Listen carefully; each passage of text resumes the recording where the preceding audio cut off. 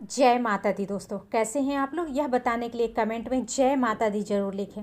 माता रानी सबका कल्याण करेंगी।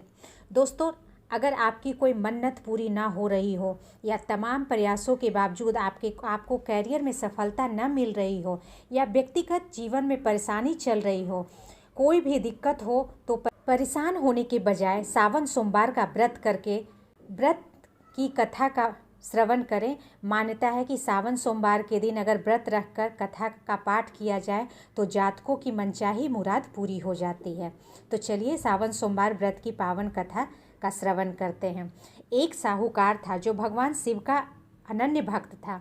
उसके पास धन धान किसी भी चीज़ की कमी नहीं थी, लेकिन उसकी कोई संतान नहीं थी और वह इसी कामना को लेकर रोज शिव जी के मंदिर जाकर दीपक जलाता था।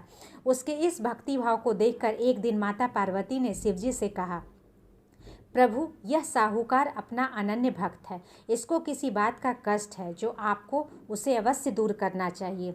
शिव जी बोले, हे पार्वती, इस साहूकार के पास पुत्र नहीं है, यह इसी से दुखी रहता है। माता पार्वती कहती है कि हे ईश्वर, कृपा करके इसे पुत्र का वरदान दीजिए। तब भोलेनाथ ने कहा कि हे पार्वती, साहूकार के भाग में पुत्र का योग नहीं है। ऐसे में अगर इसे पुत्र प्राप्ति का वरदान मिल गया तो वह केवल 12 वर्ष तक की आयु ही जीवित रहेगा। यह सुनने के बाद भी माता पार्वती ने कहा, हे प्रभु, आपको इस साहूकार को पुत्र का वर देना ही होगा, अन्यथा भक्त क्यों आपकी सेवा पूजन करेंगे। माता के बार बार कहने से भोलेनाथ ने साहूकार को पुत्र का वरदान दिया, लेकिन यह भी कहा कि वह केवल 12 वर्ष तक ही जीवित रहेगा।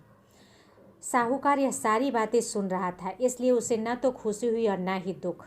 वह पहले ही की तरह भोलेनाथ की पूजा अर्चना करता रहा। उधर सेठानी गर्भवती हुई और 9वें महीने उसे सुंदर बालक की प्राप्ति हुई। परिवार में खूब हर्षोल्लास मनाया गया, लेकिन साहूकार पहले की तरह ही रहा। उसने बालक की 12 वर्ष की आयु का जिक्र किसी से भी नहीं किया। जब बालक 11 वर्ष की आयु का हो गया, एक दिन साहूकार की सेठानी ने बालक के विवाह के लिए कहा, तो साहूकार ने कहा कि वह अभी बालक को पढ़ने के लिए काशी भेजेगा। इसके बाद उसके बालक के मामा जी को बुलाया और कहा कि इसे काशी पढ़ने के लिए ले जाओ और रास्ते में जिस भी स्थान पर रुकना, वहाँ यज्ञ करते और ब्राह्मणों को भोजन कराते हुए आगे बढ़ना। उन्होंने भी इसी तरह करते हुए जा रहे थे कि रास्ते में एक राजकुमारी का विवाह था, जिससे उसका विवाह होना था। वह एक आँख से काना था। तो उसके पिता ने जब अति सुंदर साहूकार के बेटे को देखा तो उसके मन में आया कि क्यों न इसे ही घोड़ी पर बिठाकर शादी के सारे कार्य संपन्न करा लिए जाए। तो उन्होंने मामा से बात की और कहा कि इसके बदले में वह अथाह धन देंगे, तो वह राजी हो गया। इसके बाद साहूकार का बेटा विवाह की वेदी पर बैठा। जब विवाह कार्य संपन्न हो गया तो जाने से पहले उसने राजकुमारी की चुनरी के पल्ले पर लिखा कि तेरा विवाह तो मेरे साथ हुआ है, लेकिन जिस राजकुमार के साथ भेजेंगे वह तो एक आँख का काना है। इसके बाद वह अपने मामा के साथ काशी के लिए चला गया। उधर जब राजकुमार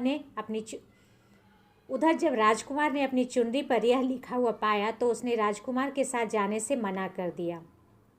उधर जब राजकुमारी ने अपनी चुनरी पर यह लिखा हुआ पाया तो उसने राजकुमार के साथ जाने से मना किया। तो राजा ने भी अपनी पुत्री की बारात के साथ विदा नहीं किया। बारात वापस लौट गई। उधर मामा और भांजे काशी जी पहुँच गए। एक दिन जब मामा ने यज्ञ रखा और भांजा बहुत देर तक बाहर नहीं आया, तो मामा ने अंदर जाकर देखा तो भांजे के प्राण निकल चुके थे। वह बहुत परेशान हुए, लेकिन सोचा कि अभी रोना पीटना मचाया तो ब्राह्मण चले जाएंगे और यज्ञ का कार्य अधूरा रह जाएगा। तब यज्ञ संपन्न हुआ तो मामा ने रोना पीटना शुरू किया। उसी समय शिव पार्वती उधर से जा रहे थे, तो माता पार्वती ने शिव जी से पूछा कि प्रभु, ये कौन रो रहा है। तभी उन्हें पता चला कि यह तो भोलेनाथ के आशीर्वाद से जन्मा साहूकार का पुत्र है। तब माता पार्वती कहती है कि हे स्वामी, इससे जीवित कर दे, अन्यथा रोते रोते इसके माता पिता के प्राण निकल जाएंगे। तब भोलेनाथ ने कहा कि हे पार्वती, इसकी आयु इतनी ही थी, सो वह भोग चुका। लेकिन माँ के बार बार आग्रह करने पर भोलेनाथ ने उसे जीवित कर दिया। लड़का ओम नमः शिवाय करते हुए जी उठा और मामा भांजे दोनों ने ईश्वर को धन्यवाद दिया और अपनी नगरी को लौट आए। रास्ते में वही नगर पड़ा और राजकुमारी ने उन्हें पहचान लिया। तब राजा ने राजकुमारी को साहूकार के बेटे के साथ बहुत सारे धन धान के साथ विदा किया। उधर साहूकार और उसकी पत्नी छत पर बैठे थे। उन्होंने यह प्रण रख रखा था कि यदि उसका पुत्र सकुशल न लौटा तो वह छत से कूदकर अपने प्राण त्याग देंगे। तभी लड़के के मामा ने आकर साहूकार के बेटे और बहू के आने का समाचार सुनाया, लेकिन वे नहीं माने तो मामा ने शपथपूर्वक कहा। तब तो दोनों को विश्वास हो गया और दोनों ने अपने बेटी बहू का स्वागत किया।